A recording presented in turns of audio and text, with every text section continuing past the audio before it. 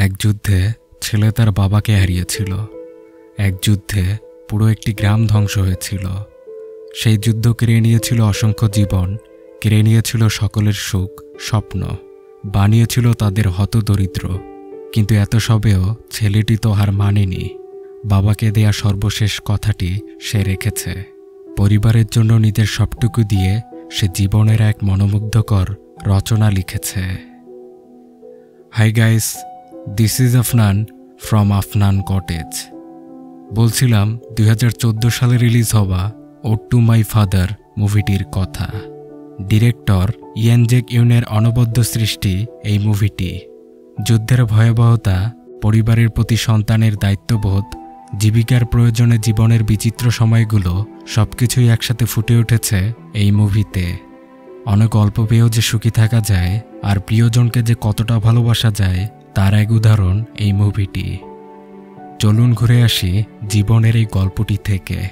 বলা যাক 2014 সালে রিলিজ হওয়া ওড টু মাই ফাদার মুভিটির ঘটনা প্রবাহ।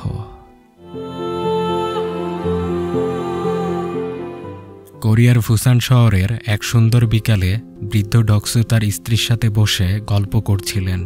তারা রয়েছেন ছাদে। ছাদ থেকে পুরো শহরটাকে সুন্দরভাবে দেখা যায়। সামনের সমুদ্র বন্দরে নানা জাহাজের দিনভর আনাগোনা। ডকসুর ইচ্ছে ছিল এরকমই একটি জাহাজের নাবিক হবে, কিন্তু জীবনের নানা টানাপোড়েনে তার এই ইচ্ছেটা আর পূরণ হয়নি। কিছুদিন পরে ডকসুদের ছেলেমেয়েরা তাদের দেখতে আসেন। তারা সব ভাই বোনরা এবার ছুটিতে একসাথে ভ্রমণে যাবে, তাই তারা তাদের ছেলে মেয়েদের তাদের নানা দাদা ভাইদের কাছে রেখে দিয়ে যান। ডকসুরা অনেক খুশি, এতগুলো নাতি নাতনিকে তারা এবার একসাথে পেয়েছে। তাদের সময়টাও ভালো কাটবে। ডকসুর বাজারে একটি কসমেটিক শপ ছিল। তার এই দোকানটি কিছু খদ্দের প্রায় সময় কেনার জন্য আসত। ডকসু এখন অনেক বৃদ্ধ, কিন্তু তারপরও সে তার প্রিয় দোকানটি কখনো বিক্রয় করবে না। প্রতিবারের মতোই তিনি রেগেমেগে খদ্দেরদের তাড়িয়ে দেন। একদিন বিকালে ডকসু তার নাতনিকে নিয়ে হাঁটতে বের হয়েছিলেন। তার পিচ্চি নাতনি তাকে তার ছোটবেলার গল্প বলতে বলে। ডকসু মজা করে বলতেই শুরু করেন, আর তখনই এক লোকের ধাক্কায় তিনি নিচে পড়ে যান। কিন্তু নাতনির হাতটি তিনি ছাড়েন না, আগলে ধরেন। এই হাত ধরে রাখার তো বিশেষ এক তাগিদ রয়েছে তার জীবনে। তার বাবা বলেছিলেন, বোনের হাতটি ধরে রেখো, পরিবারকে আগলে রেখো। ডকসুর ছোটবেলার কথা মনে পড়ে যায়। সময়টা ছিল তখন 1950 সাল। কোরিয়াতে তখন ভীষণ তুষারপাত হচ্ছে। ছোট্ট ডকসু তার বাবা মার সাথে কোরিয়ার হাংনাম গ্রাম থেকে অন্য শহরে যাচ্ছিল, কারণ কোরিয়ার চীনের মধ্যে তখন যুদ্ধ চলছিল। বিচলিত মানুষ দ্রুত বন্দরের দিকে এগিয়ে যায়। তারা জাহাজে করে অন্য শহরে পাড়ি দিবে, কিন্তু এই জাহাজগুলো নিয়ে আসা হয়েছিল সাধারণ মানুষদের জন্য নয়। এগুলো নেভি শিপ বা নৌবাহিনীদের জাহাজ। এগুলোতে যুদ্ধের জন্য প্রয়োজনীয় সৈন্যদল এবং তাদের অস্ত্র সামগ্রী, মিলিটারি ট্যাঙ্ক এগুলো নিয়ে যাওয়া হবে। গ্রামে ভয়াবহ যুদ্ধ হামলা হতে চলেছে, তাই অসহায় মানুষ এই জাহাজগুলোতেই বাঁচার ঠাঁই খুঁজে নিতে এসেছিল। তারা জাহাজে ওঠার জন্য ব্যাকুল হয়ে আছে। এক নেভি তার জেনারেলকে অনুরোধ করেন, বলেন এই মানুষগুলোকে দয়া করে ফেলে যাবেন না। যুদ্ধ করেই কি হবে যদি দেশের মানুষই না বাঁচতে পারে? তারা তো এখানে থেকেই নিঃশেষ হয়ে যাবে। জেনারেল তার কথায় অভিভূত হন। তিনি নির্দেশ দেন যতটা সম্ভব মানুষকে তুলে নিতে। জাহাজে খুব একটা জায়গা ছিল না, তখন জেনারেলের কথায় কিছু অস্ত্রকে ফেলে দেয়া হয়। এরপর সেই জায়গায় অসহায় মানুষদের ওঠার জন্য বলা হয়। মানুষের পরিমাণ বেশি, জাহাজ সে তুলনায় অনেক কম, তাই জাহাজে একটি জায়গা করে নিতে সেখানে এক প্রতিযোগিতা লেগে যায়। কিছু মানুষ তো এই দৌড়ের ভিড়ে নিচে পড়েই মারা যাচ্ছিল, কেউ বা পরিবার থেকে আলাদা হয়ে যায়। এই ভিড়ের ধাক্কায় পড়ে গিয়েছিল ডকসুর বোন মাকসুন। তাকে তুলতে ধরে এসে তারাও তাদের বাবা মার পিছে পড়ে যায়। পরে অবশ্য তারা তাদের বাবা মার নাগাল পেয়েছিল। 4 ভাই বোনদের নিয়ে তারা আপ্রাণ চেষ্টা করছিল নৌকা করে সেই জাহাজে ওঠার। নৌকায় অবশেষে তারা উঠতে পারে, কিন্তু অভাগা কিছু মানুষ তা পারে না। তাদের অনেকেই সেই দিন ভিড়ের ধাক্কায় জলে ডুবেই মারা গিয়েছিল। জাহাজগুলো কানায় কানায় পূর্ণ। অনেক চেষ্টায় ডকসুর বাবা মারা জাহাজে উঠতে পারে। বাকি ছিল ডকসু আর তার বোন। ডকসু তার বোনের জামা শক্ত করে ধরেছিল। সে তাকে নিয়ে উঠতেই ধরে, আর তখনই ভিড় থেকে একটি হাত এসে ভর করে তাদের উপর। পড়ে যায় মাকসুন। জাহাজে এসে ডকসু দেখে তার কাছে তার বোন মাকসুন নেই, রয়েছে তার জামার ছেঁড়া অংশ। ডকসু কেঁদে কেঁদে তার বাবাকে তার বোনের কথা বলে। জাহাজ ছাড়া সময় হয়ে গেছে, তার বাবা নিচে নেমে মেয়েকে খুঁজতে যেতে চায়। ডকসুও তার বোনকে খোঁজার জন্য নিচে নামতে চাচ্ছিল। তখন তার বাবা তাকে বলে, শোনো ডকসু, তুমি নামবে না, তুমি পরিবারের বড় সন্তান। আমি যদি ফিরে না আসি তাহলে তুমি তোমার পরিবারের প্রধান হবে, তোমাকে তোমার পরিবারের দেখভাল করতে হবে। কথা দাও তুমি তাদের আগলে রাখবে। ডকসু কথা দেয়। তার বাবা নিচে গিয়ে তার মেয়েকে খুঁজতে থাকে। এই সময় জাহাজের হর্ন বেজে ওঠে। জাহাজ একটু একটু করে এগোতে থাকে। বাবার বোনকে ছাড়াই ডকসুর পরিবার অনেক দূরে চলে যায়। এই দিন এভাবেই জাহাজের শত শত বাবা সন্তানরা বিচ্ছেদ হয়ে গিয়েছিল। দূরের গ্রামটি চীনের হামলায় ধ্বংস হয়ে যায়। অসহায় মানুষ তাদের প্রিয় গ্রামটিকে ধ্বংস হতে দেখে। জন্মের ভিটে মাটিকে ছাই হতে দেখে তারা হাহাকার করে। ডকসুরা পরে বুসান শহরে এসে পৌঁছে। তারা এখানে তাদের ফুপির কাছে আশ্রয় নিতে এসেছিল। যুদ্ধে প্রায় সবার অবস্থাই শোচনীয়। তাদের ফুপি কোনোভাবে একটি দোকান চালাতো, কিন্তু তার স্বামীটি প্রায় সময়ই নেশাগ্রস্ত থাকত।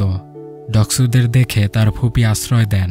তার স্বামী যদিও আড়ালে থেকে বাধা দিচ্ছিল, কিন্তু ডকসু তার মায়ের হাতটি ধরে আশ্বাস দেয় সবকিছু ঠিক হয়ে যাবে, সে তো সাথে রয়েছে। বেঁচে থাকার তাগিদে ডকসুদের রোজগার করতে হয়। তাই ছোটবেলা থেকেই ডকসু পড়ার পাশাপাশি নানা কাজ করে থাকত। কারো জুতোকে পালিশ করে দিয়ে চকচকে করে দিত, কারো বা গাড়ি ধুয়ে নতুনের মতো করে দিত। এই কাজের মধ্যে দিয়েই তার প্রিয় একটি বন্ধু হয়, যার নাম ডালগু। এভাবেই পার হয়ে যায় 3 বছর। 1953 সালে ঘোষণা হয় যুদ্ধবিরতির। তবে যুদ্ধ শেষ হয়নি, তাই ডকসুরা বাসা যেতে চেয়েও যেতে পারে না। অনেক সময় কাজের ফাঁকে ডকসুরা মিলিটারিদের কাছ থেকে নানা গিফট পেত, যেটা নিয়ে আবার এলাকার ছেলেদের সাথে তাদের লড়াই বেঁধে যেত।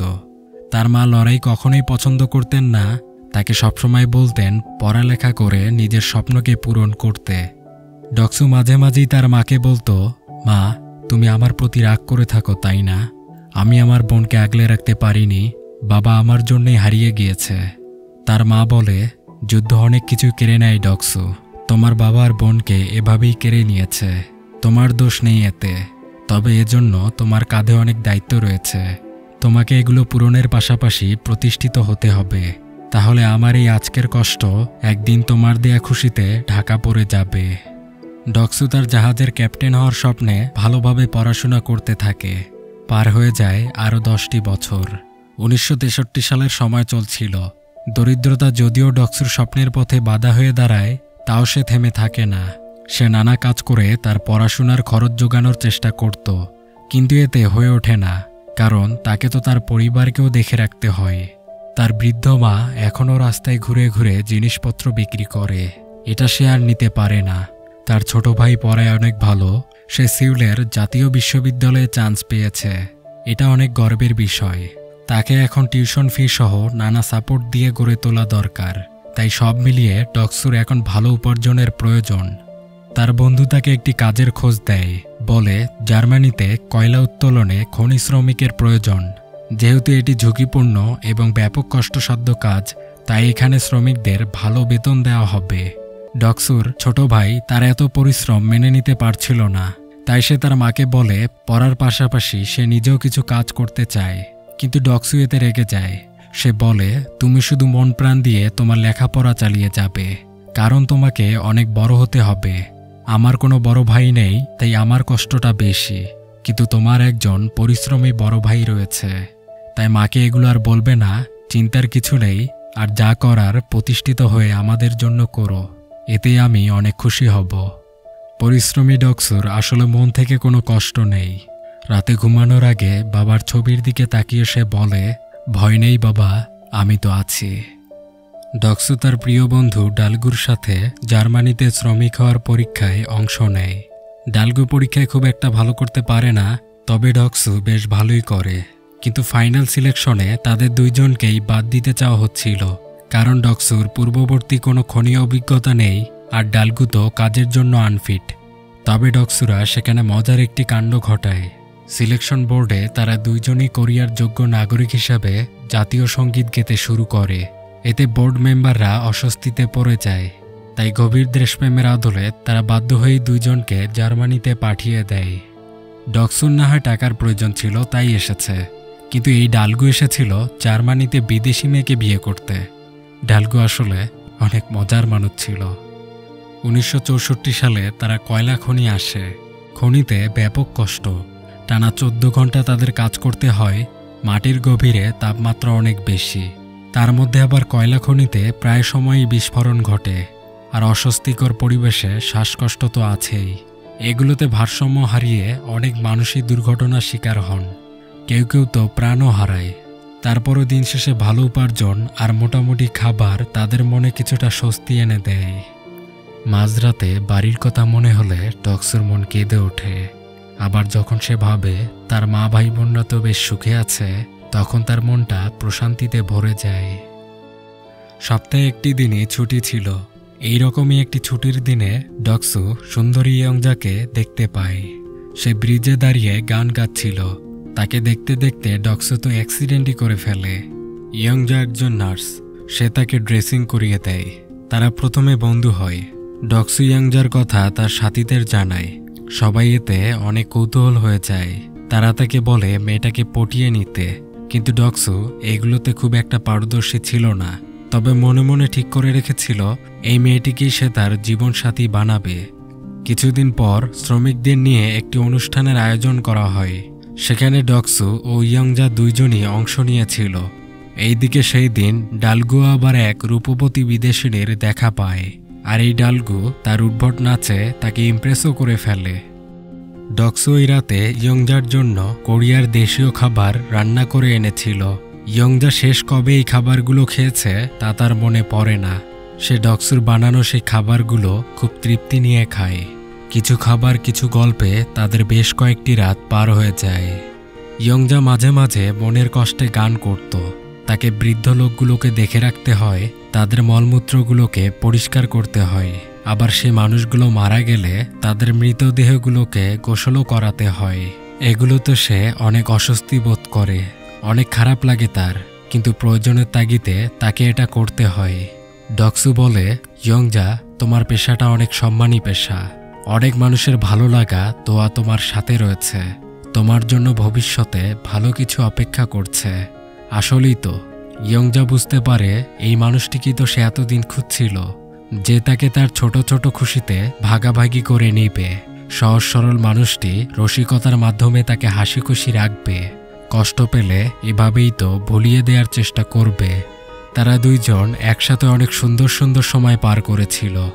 একদিন খনিতে অতিরিক্ত চাপে গ্যাস পাইপ লিক করে, আর এই লিকেজে হাতল মারতে গিয়ে বড় ধরনের বিস্ফোরণ হয়। এতে নিচের টানেল ভেঙে যাচ্ছিল।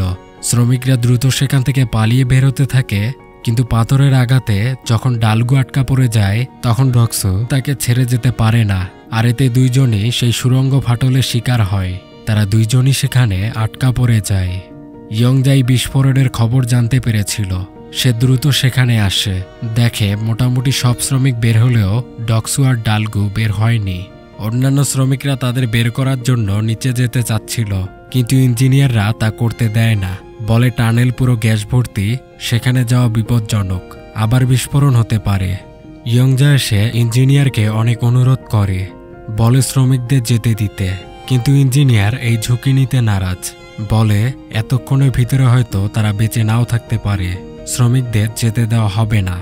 ইয়ংজা তখন বলে এই শ্রমিকগুলো কিছু অর্থ পাওয়ার আশায় নিজের দেশ ছেড়ে এখানে এসেছে, পরিবারকে ভালো রাখতে নিজের জীবনের মায়া ত্যাগ করেছে, আর আপনারা তাদের জীবনের মূল্যই দিচ্ছেন না, অন্তত তাদের জীবনগুলোকে বাঁচিয়ে নিন। ইয়ংজা অনুরোধে হাঁটু গেড়ে বসে, বলে কিছু শ্রমিকদের যেতে দিন, অন্তত তারা ওই মানুষগুলোর মৃতদেহ নিয়ে আসুক। শ্রমিকরা আর এগুলো সহ্য করতে পারে না, তারা নিষেধ অমান্য করে সেই টানেলে যায়। ভিতরে ডকসু এবং ডালগু নিথর অবস্থায় পড়েছিল। ডকসু যদিও বারবার জ্ঞান হারাতে বসেছিল, পাশে থাকা ডালগু তাকে বলে চোখ খোলা রাখতে, পরিবারের কথা ভাবতে। ডকসু তার বাবাকে মনে করে, তার বাবাকে দেয়া কথাগুলো তার চোখে ভেসে ওঠে। দেখে বাসায় তার মা তার জন্য অপেক্ষা করে বসে আছে। তার পড়ুয়া ভাই গভীর পড়ায় মগ্ন। সে তো তার সাথে একদিন তার বিশ্ববিদ্যালয়ে যাবে। তার বোনটি তো এখনো দুষ্টুমি করে, তাকে শাসন করতে হবে। আর আরেকটি বোন তো পৃথিবীর কোনো এক প্রান্তে একা রয়েছে, তাকেও তো খুঁজে বের করতে হবে। এই আশাগুলো নিয়ে ডক্সু ঘন্টার পর ঘন্টা বেঁচেছিল। অবশেষে শ্রমিকরা ভিতরে চলে আসে, নিথর ডক্সুদের খুঁজে পায়। তবে তারা বেঁচে আছে। তাদের দ্রুত হাসপাতালে নিয়ে যাওয়া হয়। ডক্সু দেখে ইয়ংজা তার সাথে রয়েছে। ডক্সুরা সুস্থ হয়। ডক্সু বলে তার ভিসা শেষ হয়ে যাচ্ছে, সামনের সপ্তাহে সে বাসা ফিরে যাবে। ডক্সু ইয়ংজাকে তার সাথে নিয়ে যেতে চায়, বলে বেশ ভালোই কামিয়েছি এখানে, কোরিয়া যে এখন ভালো কিছু করে নিতে পারবো, তোমাকেও সেখানে সুখী রাখতে পারবো।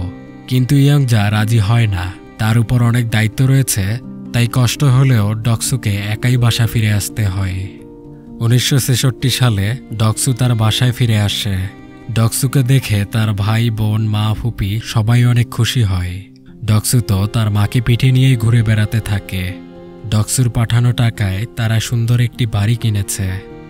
দোকানে কাজের সময় ডক্সুর আন্টি ডক্সুকে বলে তার মৃত্যুর পর এই দোকানটি যেন সেই দেখে রাখে। এটা শুনে ডক্সুর এই দোকানের প্রতি মায়াটা আরো বেড়ে যায়। ওই দিনই আবার সে দোকানের সামনে দেখে ইয়ংজা ফিরে এসেছে। ইয়ংজা বলে সে গর্ভবতী। ডক্সু অবাকই হয়, বলে তাহলে কোন বিদেশি ছেলের বাবা হওয়ার সৌভাগ্যটা হলো? তখন ইয়ংজা তাকে থাপ্পড় মেরে বলে, এটার বাবা তুমি। সারা জীবনে শুধুমাত্র একজনকে আমি ভালোবেসেছিলাম, যার জন্য আমি সব ছেড়ে এখানে চলে এসেছি। তাদের বিয়ে হয়। ডক্সু অনেক খুশি, তার প্রিয় মানুষটি তার পরিবারের একজন হয়েছে। একদিন ডক্সু খুশিতে দৌড়িয়ে ডালগুর কাছে আসে। সে বলে কোরিয়ার মেরিটাইম বিশ্ববিদ্যালয়ে সে চান্স পেয়েছে, সে শীঘ্রই জাহাজের ক্যাপ্টেন হতে পারবে, তার স্বপ্নটা পূরণ হবে। বাসায় এই খুশির খবরটি জানাতে এসে সে দেখে তার বোন আর তার মার মধ্যে তর্ক চলছে। তার বোন তার প্রেমিককে জাঁকজমকের সাথে বিয়ে করতে চায়। সে বলে সবার বিয়েই তো সুন্দরভাবে হয়েছে, তাহলে আমারটা বাকি আছে কেন? আমিও তো বড় হয়েছি। তার মা তাকে অনেক বকাবকি করে, বলে একটু তো সময় লাগবেই। তাকে বোঝানোর চেষ্টা করে তার ভাই তো অক্লান্ত পরিশ্রম করছেই, আর তার উপর চাপ দেয়া যাবে না। তখন তার মেয়ে তাদের বাড়িটিকেই বেচে দিতে বলে। আসলে ডক্সুর এই ছোট বোনটি অনেক আদরের এবং চঞ্চল স্বভাবের, তাই তার মুখে কিছুই বাধে না। ডক্সু কিছুটা কষ্ট পায়। এইদিকে আবার সে জানতে পারে তার ফুপির দোকানটি তার ফুপা বেচে দিতে যাচ্ছে। এতে ডক্সু বাধা দিতে গেলে তার ফুপা জানায় সে তো ইচ্ছে করে তার স্ত্রীর প্রিয় দোকানটি বিক্রি করছে না, বেঁচে থাকতে গেলে তার তো অর্থের প্রয়োজন। তখন ডক্সু বলে কিছুদিন পরে সেই তার ফুপির দোকানটি কিনে নিবে। এই দোকানের প্রতি তার অন্যরকম এক টান রয়েছে। সব দিক থেকেই ডক্সুর উপর ভীষণ চাপ এসে পড়েছিল। সময়টা তখন 1970 সাল, যে সময়টাতে ভিয়েতনাম যুদ্ধ চলছিল। কোরিয়ার বেশ কিছু নাগরিককে ভালো আয়ে সেই যুদ্ধে নিয়োগ দেওয়া হবে। ডক্সু সেই যুদ্ধে যেতে চায়। তার মা তাকে এই বিধ্বংসী যুদ্ধে যেতে দিতে চায় না, তার স্ত্রীর বিপক্ষে। সে বলে তুমি অনেক করেছ তোমার পরিবারের জন্য, এখন কি জীবনটাও শেষ করে ফেলবে? আমার আর তোমার বাচ্চার কি হবে? এতে ডক্সু রেগে যায়, বলে এগুলো আমাকে বলো না, আমার দায়িত্ব এখনো পূরণ হয়নি, তবে আর অল্প কিছু আছে, করে ফেলবো, সমস্যা হবে না। সেখানে জাতীয় সঙ্গীত প্রচার শুরু হয়। ডক্সু দাঁড়িয়ে যায়, বলে আর অল্প বাকি, এবার তো দেশের গৌরবের জন্য করব। ডক্সু যেখানেই যায় না কেন ডালগুকে সাথে নিয়ে যাবেই। তবে ডালগু এবার একটু ভয়েই ছিল।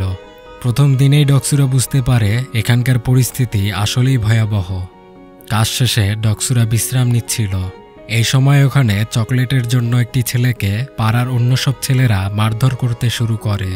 ডক্সুর এতে ছোটবেলার কথা মনে পড়ে যায়। সে তাকে গিয়ে ছাড়িয়ে নেয় আর তাকে নতুন একটি চকলেট দেয়। ছেলেটি দূর থেকে ডক্সুকে দেখছিল। কেন জানি বাচ্চাটি বারবার ইশারায় বলে ডক্সুকে সেখান থেকে সরে যেতে। পরে ডক্সু বুঝতে পারে কাছে যে স্কুল শিক্ষার্থীগুলো এসেছে তাদের ব্যাগে বোমা ফিট করা রয়েছে। বাচ্চাটি ডক্সুকে বাঁচাতে যায়। এই সময় বিশাল এক বিস্ফোরণে বাচ্চাটি সহ ডক্সু এবং ডালগুরা ভালো রকমের আহত হয়। এত কিছুর পরও ডক্সু বাসায় চিঠি লিখে বলতো এখানে অবস্থা একদমই ভালো, তারা অনেক শান্তিতেই রয়েছে, আর হামলা হলেও সমস্যা নেই, সে যুদ্ধ ময়দান থেকে দূরে দূরেই থাকে। তার স্ত্রী তার এই মিথ্যে বলাগুলোকে স্পষ্টভাবেই বুঝতে পারত। অনেক রাত জেগে জেগে সে ডক্সুর জন্য কাঁদত। এভাবেই পার হয়ে যায় অনেক সময়। ডক্সুরা কোরিয়ান সেনাদলের একটি অংশ হিসেবে কাজ করে। একদিন জঙ্গলপথে তারা কিছু ভিয়েতনামি সৈন্যদের মুখোমুখি হয়, তবে তাদের কিছু হয় না, কোরিয়ান সৈন্যরা তাদের বাঁচিয়ে নেয়।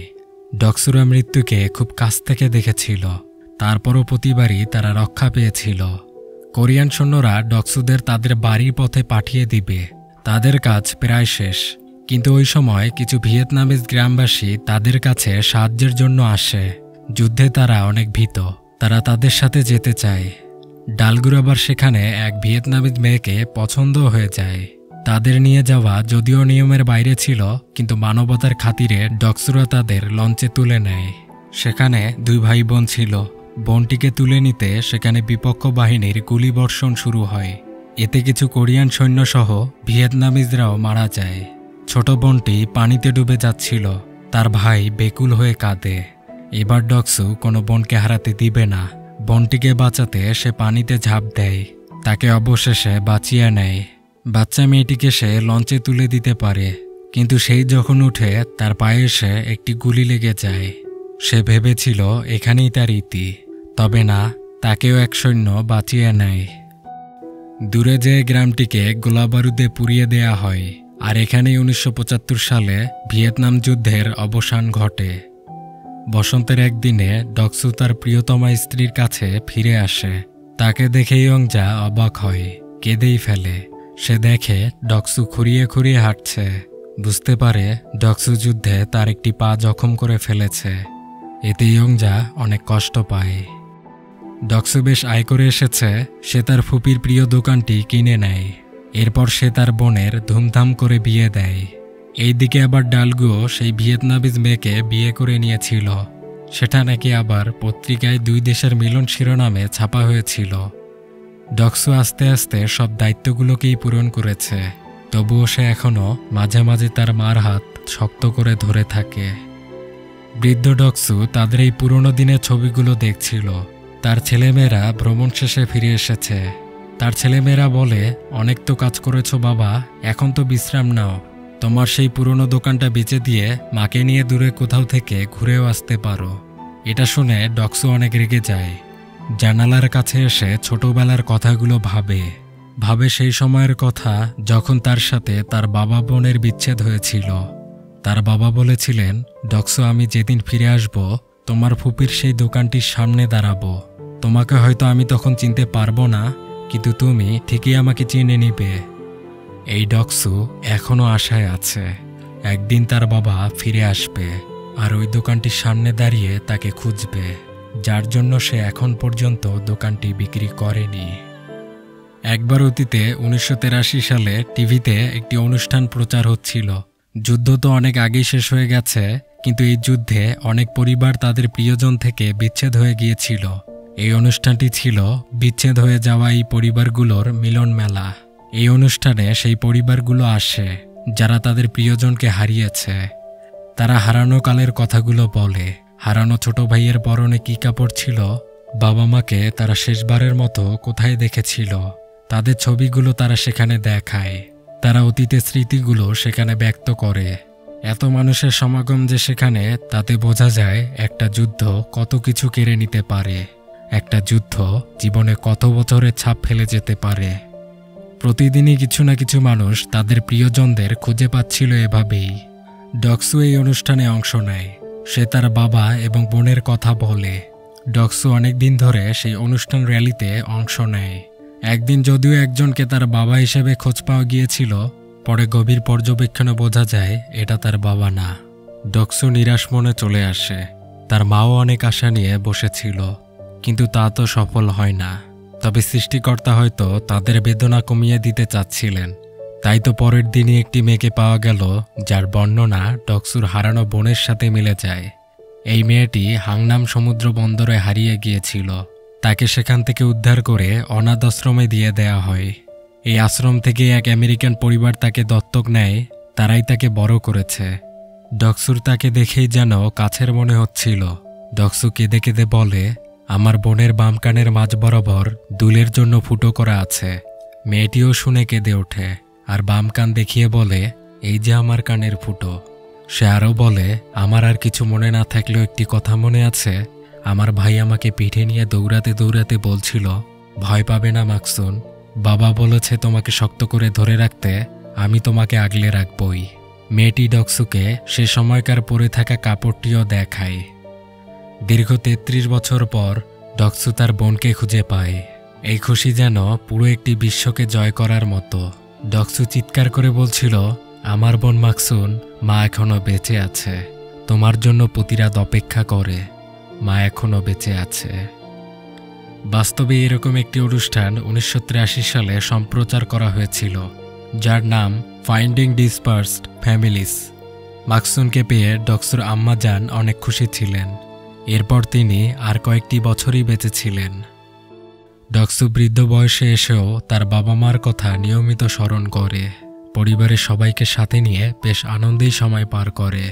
আর মাঝে মাঝে তার রুমে গিয়ে একলা মনে তার বাবার সাথে কথা বলে, বাবা, দেখো আমি সবাইকে সুখে রেখেছি, তুমি থাকলে যা যা করতে আমি সবার জন্য তাই করেছি। শেষমেশ মাকসুনকেও খুঁজে বের করেছি। ওই যে সেদিন শক্ত হাত ধরে মাকে সাহস দিয়েছিলাম, আমার সেই হাত শক্ত করে ধরেই আম্মা জান মৃত্যুবরণ করেছেন।